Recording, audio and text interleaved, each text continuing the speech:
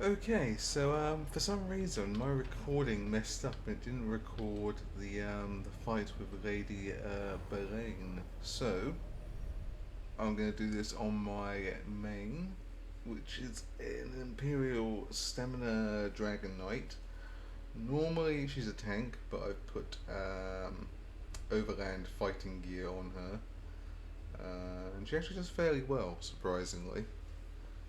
Her CPs are all set up for tanking, so she doesn't do huge amounts of damage, but she does a reasonable amount. But hopefully this will make up for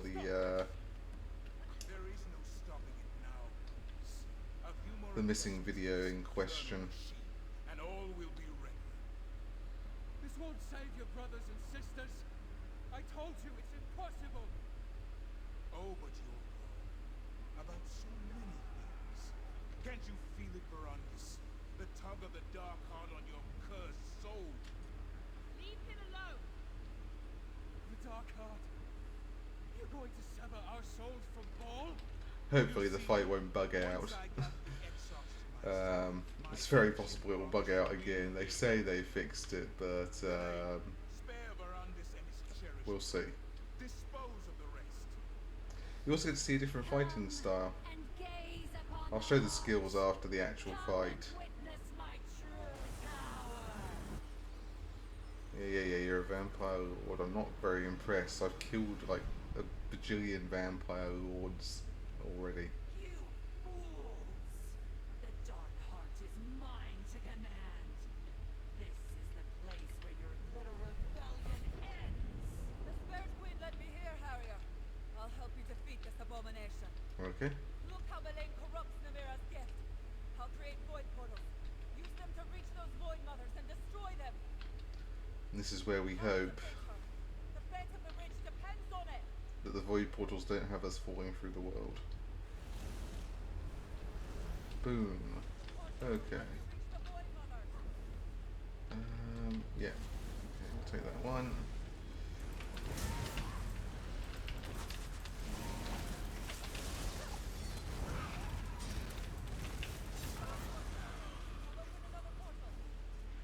Okay, waiting for it. There it is.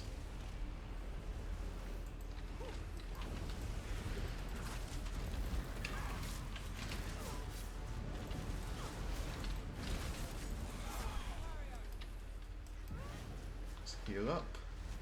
And over we go. This is very much an AoE based setup. Oh, that's not ideal.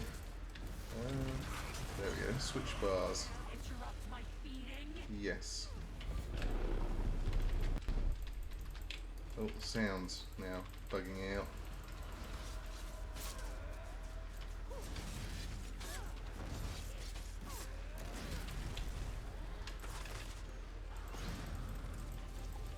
You think your Spirit Queen favors you over me?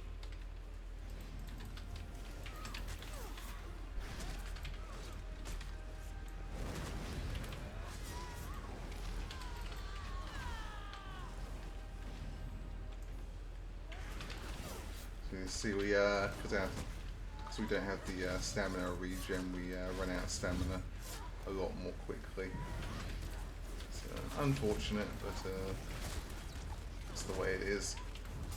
We can mitigate it by doing heavy attacks, but there we go. Skip past that attack.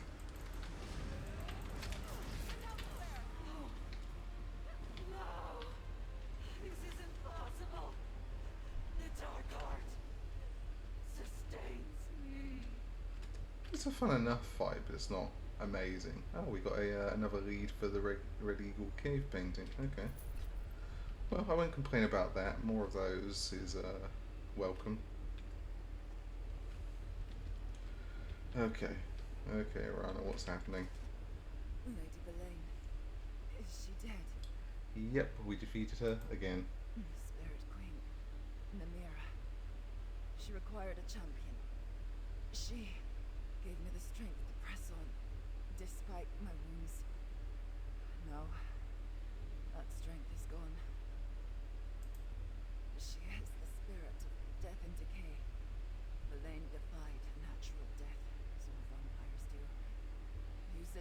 energy like that, it was an affront. I am happy to have done my part. Verandis needs your help. Go, Harrier. Use this one last portal. Please, help Verandis. I see it now. The Lord of the Grey Host. Okay. So yeah, Arana dies. So skill-wise, what we have on this character is Blood Craze again. We have a Molten Web, which lashes in dealing 3,367 flame damage, and if we strike an enemy that's immobile or stunned, we set them off balance. We don't use it though. All we use it for is this ability here. While slotted, whenever you use a different Ardent Flame ability, you gain a stack of Seething Fury, which increases the damage of your next Molten Whip by 33% and your weapon and spell damage by 75% for 5 seconds. This effect can stack up to 3 times. That's important because this ability, and this ability are all Ardent Flame abilities. So if I just keep stacking those on the enemy, which I do as part of my rotation, my weapon damage will go up by 225, which is pretty sizable, I have to say. Venomous Claw is our next ability. It deals 3,378 poison damage up front, an additional 10,220 damage over 14 seconds. It deals 20% more damage every 2 seconds it lasts on the target, and enemies hit by the initial hit are afflicted with the poison status, which means they get additional damage over time, and the Dragon Knight gets stamina back for using it. Using Rapid Strikes as well. We are using the Flames of Oblivion, which activates an aura flame which launches a fireball every 5 seconds, dealing 5,490 damage. While slotted, you gain Major Prophecy and Major Savagery, which increase your spell and weapon critical ratings by 2,629. Weapon and spell criticals are the chance, and that's a 12% increase. So that is a fairly sizable increase to weapon crit, and this ability scales with your highest offensive stats. We use Flawless Dawnbreaker as our ultimate on the front bar, but we don't ever actually use it. That's just for the weapon damage passive. On the back bar we have Arrow Barrage, we have a Charging Maneuver, which we use just to get around faster. We have Noxious Breath, a corrosive blast to enemies in front of you, dealing 4,798 poison damage, an additional 7,252 poison damage over 14 seconds. Afflicts enemies with Major Breach, reducing their physical and spell resistance by 5,948. We have Poison Injection, which does up to 100% more damage to enemies under 50% health. And we have the Echoing Vigor heal. This heal is not as quick to tick as the other heal that we have on the other character, but this one works in an area of effect and lasts longer, which makes it more useful for PvE. And the ultimate is the Standard of Might, called out Battle Standard, dealing 2,624 flame damage every 1 second for 20 seconds to enemies, applying a major defile to them, reducing their healing received and health recovery by 16%. Standing in the area increases your damage done and reduces damage taken by 15%. An ally near the standard can activate the Shackle synergy, dealing 7,405 flame damage to enemies in the area and immobilizing them for 5 seconds. All in all, Stamina Dragon Knight, it's very fun to play. Tanking is different, of course. Tanking is much more boring. This is the same character you saw tanking the dragons. That tanking is, it's just standing there with a sword and shield and heavy attacking constantly, and it's not as fun.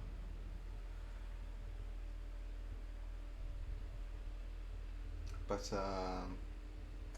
Dragon Knight is I find it a very fun class. I find this particular build, which basically it allows me to concentrate on the enemy in front of me, but the sets I'm using give me additional area of effect abilities. And so with that, I can actually output a reasonable amount of damage on mobs and things. It's not as a single target focused as a Nightblade, but there's a good mix of single target and area of effect enemy damage. Okay, so we have returned, and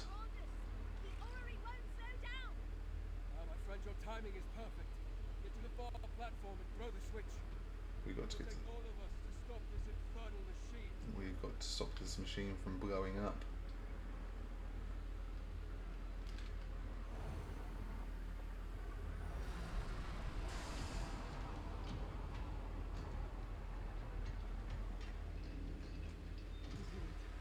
Friends, tell me, what of Lady Belain? She is dead. Really, really dead. If you hadn't arrived when you did, Wendis and I would not have been able to power down the orrery. Thank you. But tell me, what of Arana and Lady Belain? I could feel them. It's like a battle in the darkness. So it was Belain's death I felt in the darkness. Mother was right. For some reason, the connection I have to the Dark Heart is strong. There was something else. Another sensation. Where's Arana, my friend? Arana dead. That's another soul lost to the void. Between her and those that perished at Markarth, the Dark Heart ate well this day. I'd like you to return to Understone Keep. Tell Ard-Kadok that despite what we have lost, Markarth is safe. Tell Ard-Kadok the news. I want to study this machine a little longer. Something here will shed light on Rodda's purpose. I know Rodda won't rest until he saves the Grey Host from its ancient curse, no matter what that means for the rest of us. Rodda used the orrery to focus the void energy. He created a portal to travel somewhere, with a specific destination eludes me. He did say he needed to gather his exarchs, the original warlords of the Grey Council, the leaders of the Grey Host. An immediate one? No, I don't think so. With Rodda gone and Lady Belain dead, the Grey Host forces here in the Reach will eventually break up and fade into the shadows. Eventually. Yes, but he's finished with Markarth and the Reach. I think he got what he wanted from the Orrery and the Dark Heart. At least for now. Don't worry. I'll figure out what else he has planned, and together we will deal with it. When the time is right. Okay.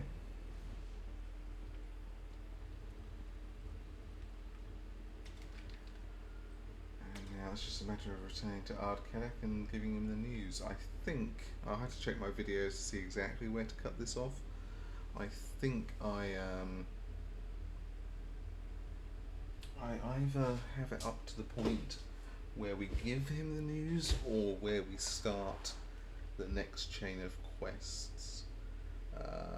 I will have to check to be sure. Either way, I'll be recording it up to the point we get to him anyway. And then obviously we'll switch back to the original set of videos and the original character we were on before. This is just so that there's not a missing gap in the story, as it were. It'll all work out, more or less. I don't know what happened to that section of video. I don't know where it's vanished to. Unfortunately, the source files are gone because I was running out of space on my computer. I was running surprisingly low on 3 gigs on my hard drive, so I wanted to clear stuff out as quickly as possible, and I may have been slightly hasty in how I did it.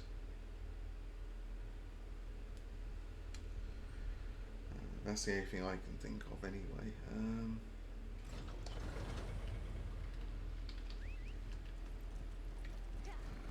From here, I think our best bet is actually heading to this way shrine, and then we go. And this is how fast the horse goes with the ability. It's very useful in Cyrodiil. Somewhat less so overland, but not. It's if you want to get around quickly, if you've done a zone before, like I have, obviously with this one, and you just want to get from point A to point B. That is the best ability to do it with. If I didn't have that sorted, I would put Barbed Trap in there for the extra 10% crit damage and for the damage over time. Any damage over time is very helpful, especially on this character, because on this character we're using Valken Scoria as our helm, as our monster set, and anytime we do a damage over time ability, of which the Dragon Knight has lots, as you probably saw when I went through the skills, it's an 8% chance of proccing the ability of that helm, which is to call down a column of flame, which does a reasonable amount of damage. You might be thinking, well, this is a Magicka ability and this is a stamina class, so how does that work? Well, actually, wow, where's our... No wonder our damage has been lower this patch. I thought it was, thought something else was going on. My Munder's Stone is missing. I've been using the Lover Stone that buffs up the penetration, but the patch took my stone away somehow. Well, I'll fix that in a moment. No wonder I've been doing slightly underperforming. I just assumed it was due to the changes in the buffs and abilities that happened with this patch. But yeah, with the Lover Munderstone, I've got something like 4,800 penetration on top of what I get from this set here, 1,400, and I get more penetration from spell penetration from this, and so it all serves just to buff out the actual damage done, bypassing the enemy's spell resistances. It's pretty good. All right, Ardcadet, give us the talk. Here's one whose report we need. What news? We did as you said, Rogue. We defended the city and kept our people safe.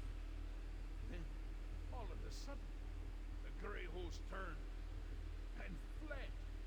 And I barely got to kill a dozen or so of the bastards myself. Do I have... Well... that explains everything. Someone sort out the details and tell them to me later, eh? All that matters is the Grey Host called off their attack and departed as soon as they lost their leaders. But where's Arana? I want to thank the witch. But I promise to stop her. No matter what. Trust a reach witch to make her own words come true. At least it was a good death, given in a noble cause, and Markarth still stands. We'll remember it. We'll remember him as well. They scattered and fled. Good riddance. Between Arana's wildness and my stone hands, I helped them back.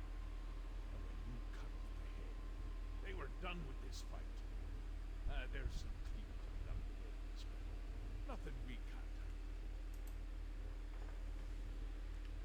Hooray! We stopped Lady Belain from gorging the Dark Heart with all the souls of Markarth. We can't bring back the dead. Still, the heart awakened but never reached full power. We turned back the Grey Host and killed Belain. That's a victory, my friend. The orrery remains charged with void energy, but the Dark Heart was never completely filled, and it already weighs. That means we denied Rada al-Saran a limitless source of power. Rada may have escaped for the moment, but we will find him. Any surviving Night Hollow clan members are bound to the Dark Heart.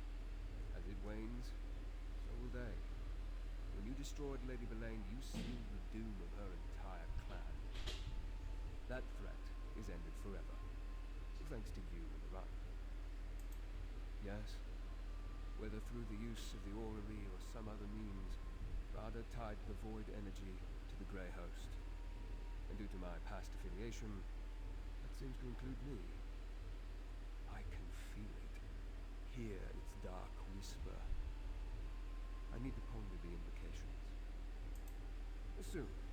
For now, savor this victory. The courage of mortals, not some buried relic, is the true heart of the Reach. You've saved countless lives, and proved to the Reach folk that not all outsiders are a threat to this land. Rada's time will come. We defeated evil today. An ancient darkness at the very heart of the Reach that threatened to destroy us all. These outsiders stood beside us and made our troubles, our enemies, their own. Let them hear our thanks. Look around you, people of the Reach. Markarth still stands. See your fellow Reach folk, and know we will always fight for our land and our ways. The time has come, my friend. Let us speak. Alright, that should bring us up to the present, I believe, so I will be cutting the recording here.